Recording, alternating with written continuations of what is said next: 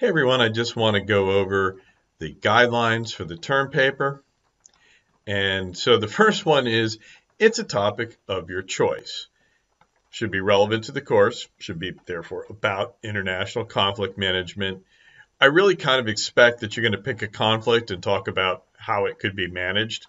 But I'm leaving it open uh, to things, but it has to be about international conflict management, right? But up to you to choose. Mainly, I'm thinking, like I say, you're going to choose the conflict.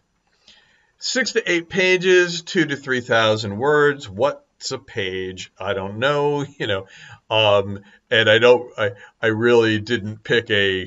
I tried a bunch of numbers. Okay, maybe a page is 300, maybe a page is 350, and I just said 2 to 3,000.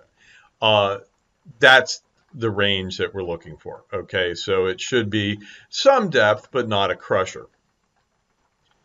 The key thing qualitatively I'm looking for is that you use the theories and research presented in this course, the ideas, the concepts, the way that folks have suggested that we can manage conflicts and how they work in your analysis.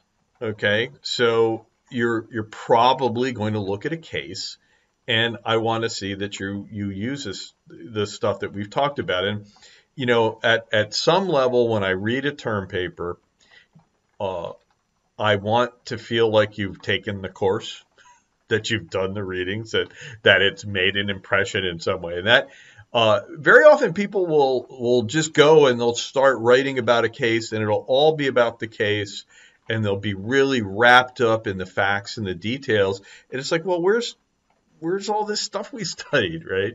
And that's just so missing. So if you are doing your term paper and you're looking up facts about the case and you are not using the concepts in the text and the concepts that have been offered in other places, I don't know what you're not going to get a really great grade from it. Okay. And so that is something that is qualitatively my biggest thing is I want to see that you are using the ideas here, and maybe you can go search a few more, right? If you want to add in ideas about conflict management, bring in something, ooh, that sounds like an A paper to me. So, I'm just saying, that's the key thing.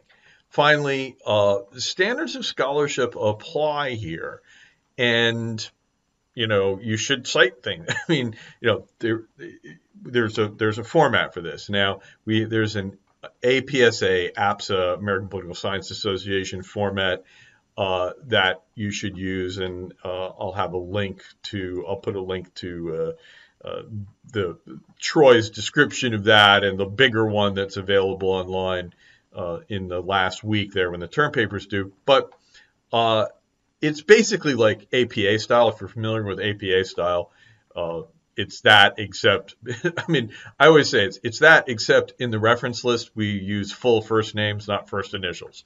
The APA style just has you use the first initial of an author, which is bull ducky.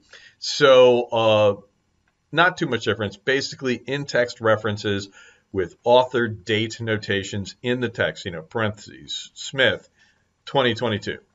And if it's a fact or a particular quote, you have a locator, page 300, right? Yeah.